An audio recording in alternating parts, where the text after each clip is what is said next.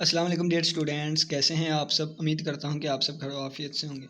तो आज के दिन हम चैप्टर नंबर 1 इसका आर्टिकल नंबर 3 डिस्कस करेंगे। इसमें हम ओरिएंटेशंस एंड क्रॉस प्रोडक्ट के बारे में डिस्कशन करेंगे। ठीक है, तो चलिए आइए डिस्कस करते हैं। कहता है orientation of basis, let u1 u2 so on un, ये हमारे पास एक सेट है एंड इसी तरह v वाला एक सेट है। कहता है be two ordered basis of v, ये भी हमारे पास और ये भी दो बेसिस हैं किसकी, v की।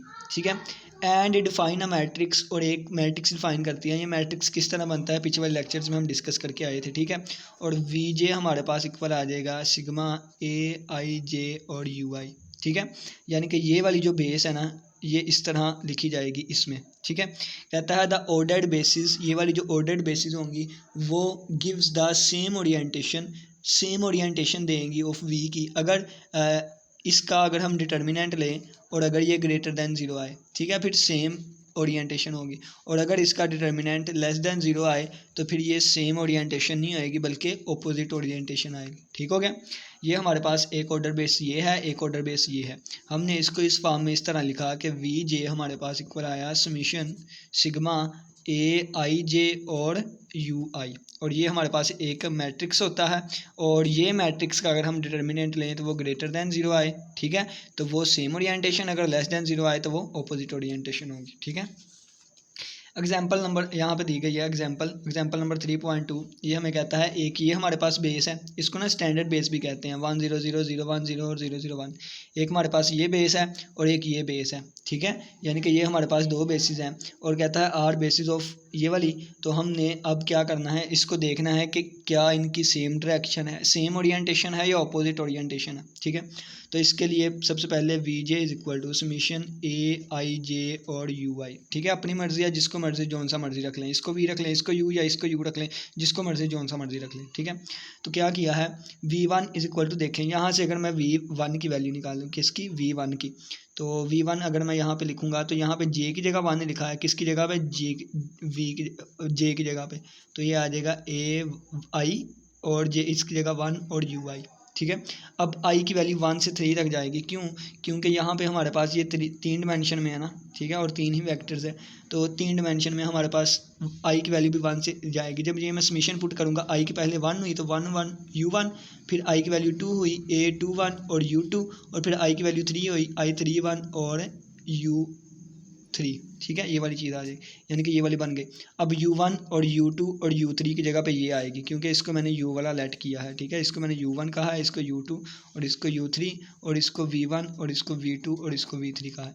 ठीक है, जब ये पुट करूँगा a11 इससे मल्टीप्लाई हुआ, इससे मल्टीप्लाई होगा, इससे मल्टीप्लाई, तो ये सारे क्या हो जाएंगे, यानी कि ये मैं यहाँ पर साइड पर करवा देता हूँ। ठीक है, a11 और u1 की वैल्यू 1 0 0 और प्लस a21 आ जाएगा हमारे पास, और u2 की वैल्यू हमारे पास 0 1 0 और प्लस a31 और u3 की वैल्यू 0 0 और 1 आ जाएगा। ठीक हो गया, अब ये यहाँ पे अंदर मल्टीप्लाई किया a11 0 0 और प्लस ये आ जाएगा a21 और 0 0 और ये प्लस आ जाएगा ये a21 यहाँ पे आएगा। ठीक है, पहले वाले पे 0 और ये आ जाएगा 0 0 और एंड पे 1 लिखा है तो ये मल्टीप्लाई हो गया a31।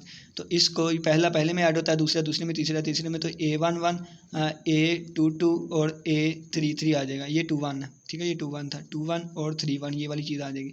और इस तरफ क्या आया था, इस तरफ हमारे पास v1 आया था। ठीक है, v1, तो v1 की वैल्यू क्या है, v1 की वैल्यू ये वाली, ये v1 की वैल्यू थी। ठीक है, तो पहले वाला पहले के इक्वल आ जाएगा, a1 की वैल्यू ये आ जाएगी, a11 की, a21 की वैल्यू ये आ जाएगी और a31 की वैल्यू जो है वो ये वाली आ जाएगी। ठीक है, तो ये वाली लिख दिया, a11 की वैल्यू, a21 की, a31 की। ठीक है, इसी तरह हम देखें कि अब j की वैल्यू यहाँ पे 1 ली थी, अब j की वैल्यू मैं 2 लूँगा तो ये बनेगा v2 is equal to summation a i j की जगह पे 2 आ जाएगा और यहाँ पे u आई, अब i की वैल्यू 1, फिर i की वैल्यू 2, फिर i की वैल्यू 3, ये वाली चीज़ें आ जाएगी। u1 u2 u3 की वैल्यू पुट करूँगा, v2 की वैल्यू यहाँ से ये वाली चीज़ आ जाएगी।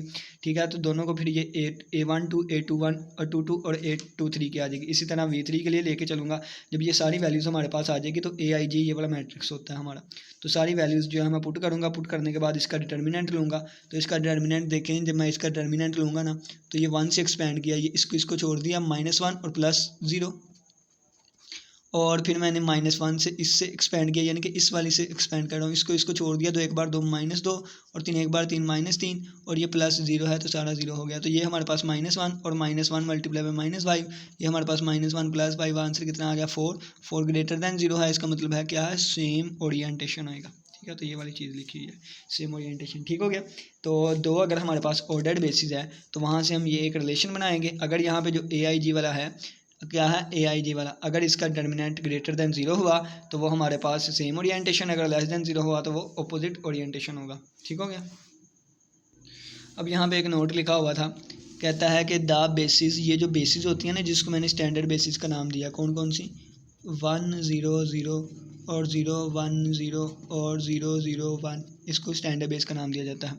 ये जो बेसिस है ना of R3 will be denoted, इसको ना हम इस तरह भी डिनोट कर सकते हैं, E1 E2 और E3 से। ठीक है। और इट्स ओरिएंटेशन, और इसकी जो ओरिएंटेशन होती है, will be called right handed, और इसकी ओरिएंटेशन को हम राइट हैंडेड ओरिएंटेशन का नाम देते हैं। नेक्स्ट पे ये हमारे पास एग्जांपल है, इसको हम U1 का नाम दे देते हैं, इसको U2 का, इसको U3 का, और इसको हम V1 का नाम दे देते हैं, इसको V2 का, इसको V3 का। रिलेशन में लिखता हूँ VJ = सिग्मा AIJ, और यहाँ पे आ जाएगा UI। जब V की वैल्यू 1 रखूँगा तो क्या बनेगा, V1 = सिग्मा AI1 और UI।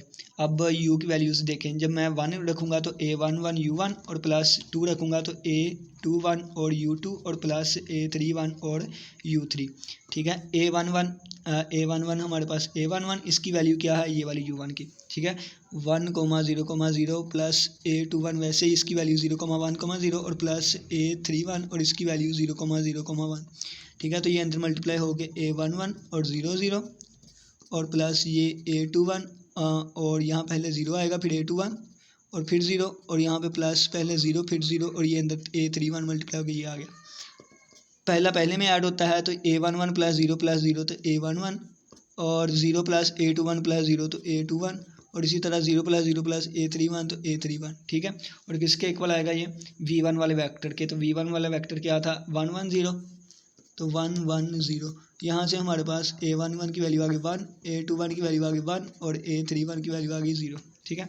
अब दूसरों को मैं डायरेक्ट ही करता हूँ, तो देखें जो V2 वाला हमारे पास बनेगा ना, V2 वाला, ठीक है, V2 वाला यहाँ पे 2 रख दिया, तो हमारे पास क्या बनेगा, A12 और U1 और प्लस A22 और U2 और A हमारे पास 32 और U2 और U3। ठीक है, ये वाली चीज़ हमारे पास बन जाएगी।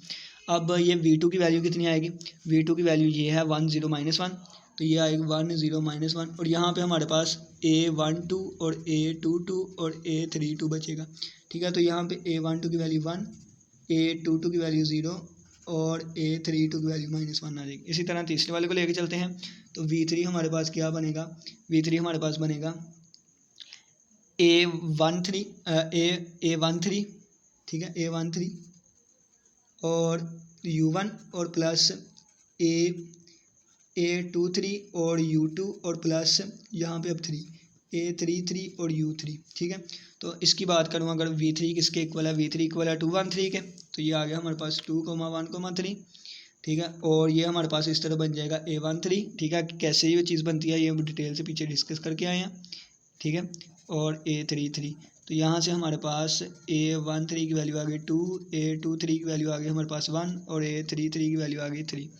अब ना हम मैट्रिक्स बनाएंगे AIJ वाला, तो A11, बल्कि इसका डिटर्मिनेंट मैं ले लेता हूँ direct, A12 A13 A21 A22 A23 A31 A32 और A33, इसका डिटर्मिनेंट, इसकी वैल्यू क्या है 1 1 की, तो ये है 1 और 2 1 की 1 1 की 1 2 की कितनी है 1 है, और 3 1 1 3 की 2 है, और इसके अलावा A21 की 1 है, और इसके बल्कि देखिए आगे 0 0, इसकी वैल्यू कितनी है 0 और -1, इसकी वैल्यू कितनी है 1 और 3।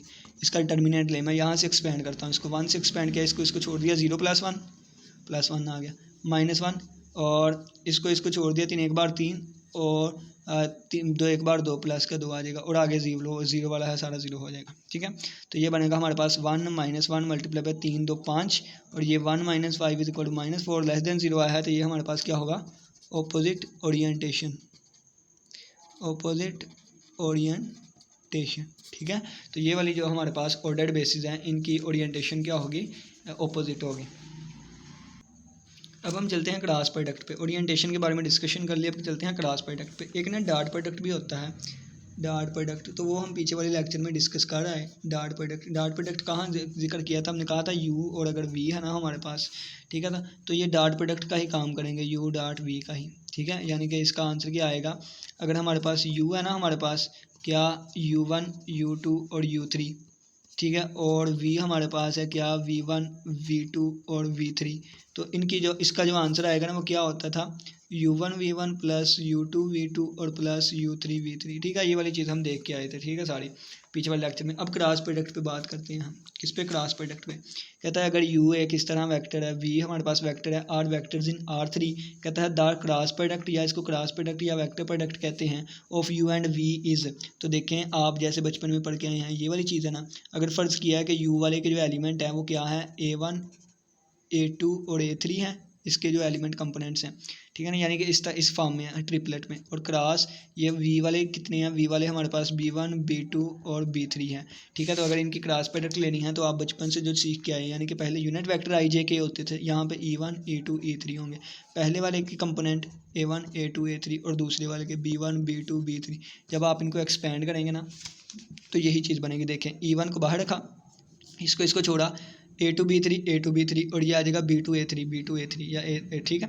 और फिर ये देखिए इसके साथ माइनस लगता है ना, तो इसके साथ मैं प्लस लगा देता हूँ, और फिर पहले इनको कर था ना, अब पहले इनको कर लेते हैं। तो b1 a3 और ये a1 b3, ठीक है। और फिर इसके ज़रिए तीसरे वाले के ज़रिए इसको छोड़ा, e3 आ गया, इसको छोड़ा, ये a1 b2 और a2 b1, ठीक हो गया। यानी कि इसको ही एक्सपेंड करके ये हमारे पास क्रॉस प्रोडक्ट आ गई। अब एक लेमा आ जाता है, कहता है u और v और w कहाँ से बिलोंग करते हैं, ये वेक्टर्स हैं और R3 से बिलोंग करते हैं, और r हमारे पास एक स्केलर है, ठीक है। कहता है देन ये हमारे पास इस पर ना सेटिस्फेक्शन होगी, यानी कि सबसे पहले ना u क्रॉस v कर लें या v क्रॉस u कर लें, आंसर सेम आएगा, लेकिन यहाँ पे इनकी डायरेक्शन उलट होगी। कहता है ये हमारे पास एसोसिएटिव लॉ होल्ड करेगा, आर यू, ठीक है, क्रॉस वी कर लें या आर यू क्रॉस वी कर लें, या आप इसको यू और क्रॉस आर वी कर लें, आंसर सारे सेम आएंगे। कहता है यू क्रॉस वी अगर 0 आ रहा है तो इसका मतलब है कि दोनों यू और वी आर ही डिपेंडेंट है, एक दूसरे पर डिपेंड करते हैं और परपेंडिकुलर होंगे, ठीक है। और कहता है u plus v cross w है, तो यहाँ पे एसोसिएट वो लगेगा डिस्ट्रीब्यूटिव लॉ, ये इस पर डिस्ट्रीब्यूट हो जाएगा फिर इस पर, ठीक है, पहले w u के साथ फिर v के साथ। कहता है u is perpendicular to both u and v। कहता है कि अगर हमारे पास ये क्या है u क्रॉस v का जो आंसर आता है ना, फर्ज किया ये u वेक्टर है, ठीक है, और ये हमारे पास v वेक्टर है, ठीक है, ये u वेक्टर है और ये v, इनकी जो क्रॉस प्रोडक्ट आएगी ना वो इस तरह ऊपर आएगी इनके, ठीक है, यानी कि इसके परपेंडिकुलर वेक्टर आएगा। अब u क्रॉस v की जो मैग्नीट्यूड होती है ना, u क्रॉस v की जो मैग्नीट्यूड होती है वो u की मैग्नीट्यूड, v की मैग्नीट्यूड और साइन ऑफ थीटा होता है। लेकिन अगर मैं कहूँ कि u क्रॉस v मुझे चाहिए जो कि एक वेक्टर आता है, फिर ये मैग्नीट्यूड, इसकी मैग्नीट्यूड ये वाली होती है, ये वाली मैग्नीट्यूड, और साथ इसके यूनिट वेक्टर होता है परपेंडिकुलर, ठीक है, ये नॉर्मल वेक्टर, ठीक है। अब इसके बाद ये लिखा हुआ है कि u v और u cross v gives a right handed orientation to R3 if u v is linearly independent. कहता है अगर ये लीनियरली इंडिपेंडेंट है तो ये हमें राइट हैंडेड ओरिएंटेशन देंगे। राइट हैंडेड ओरिएंटेशन मतलब ये दो हैं और ये तीसरा उसके परपेंडिकुलर है, ठीक है, दोनों के परपेंडिकुलर। अब ये लेमा नंबर 3.4 है, ये 3.3 था। लेमा नंबर 3.4 में वो कहता है लेट u v w जो है वो R3 से वेक्टर है, देन कहता है कि u क्रॉस v और w की अगर हम लें ना, ये वाली यानी कि इसकी अगर हम इनर प्रोडक्ट लें, ठीक है, तो ये इक्वल आएगी, यानी कि u और v जो है क्रॉस w भी हम कर सकते हैं, ठीक है, इसकी इनर प्रोडक्ट के, ठीक हो गया। इसका प्रूफ कहता है कि प्रॉब्लम नंबर एक्सरसाइज में 3.2 में जाके देखेंगे। अब स्केलर प्रोडक्ट जो है ये देखते हैं, इसको ट्रिपल स्केलर प्रोडक्ट कहते हैं, ट्रिपल स्केलर प्रोडक्ट, ठीक है। कहता है द मिक्स्ड, इसको मिक्स्ड भी कहते हैं, मिक्स्ड या ट्रिपल स्केलर प्रोडक्ट जो है u v w की इस तरह डिफाइन की जाती है, u v और w की, ठीक है। और इसको ऐसे भी लिखा जाता है u क्रॉस v और ये w यहाँ पे, ठीक है, ये भी होता है।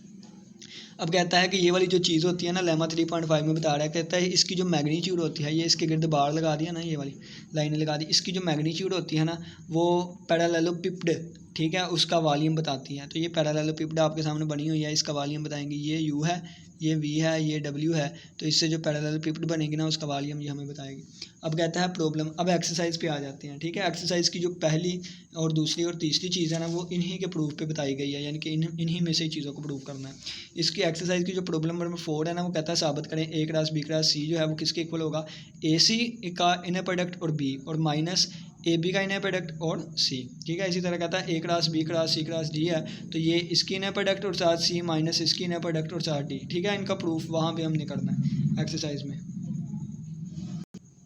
और एट द एंड ये हमारे पास लेमा नंबर, ये हमारे पास पहला क्वेश्चन उसका था एक्सरसाइज का कि लेमा नंबर 3.1 को प्रूफ 3.3 को प्रूफ करें, और एक्सरसाइज का क्वेश्चन नंबर 2 था लेमा 3.4 को प्रूफ करें, और तीसरा जो था एक्सरसाइज का क्वेश्चन वो है लेमा नंबर 3.5 को प्रूफ करें। अब पांचवा जो क्वेश्चन है, ठीक है, चौथा क्वेश्चन मैं पीछे बताया हूँ। पांचवा जो क्वेश्चन है वो कहता है let ABC be an orthonormal basis, ठीक है, of R3 with A cross B cross is equal to C के इक्वल है, तो प्रूव करना है ये वाली चीज़ इसके इक्वल होगी और ये वाली चीज़।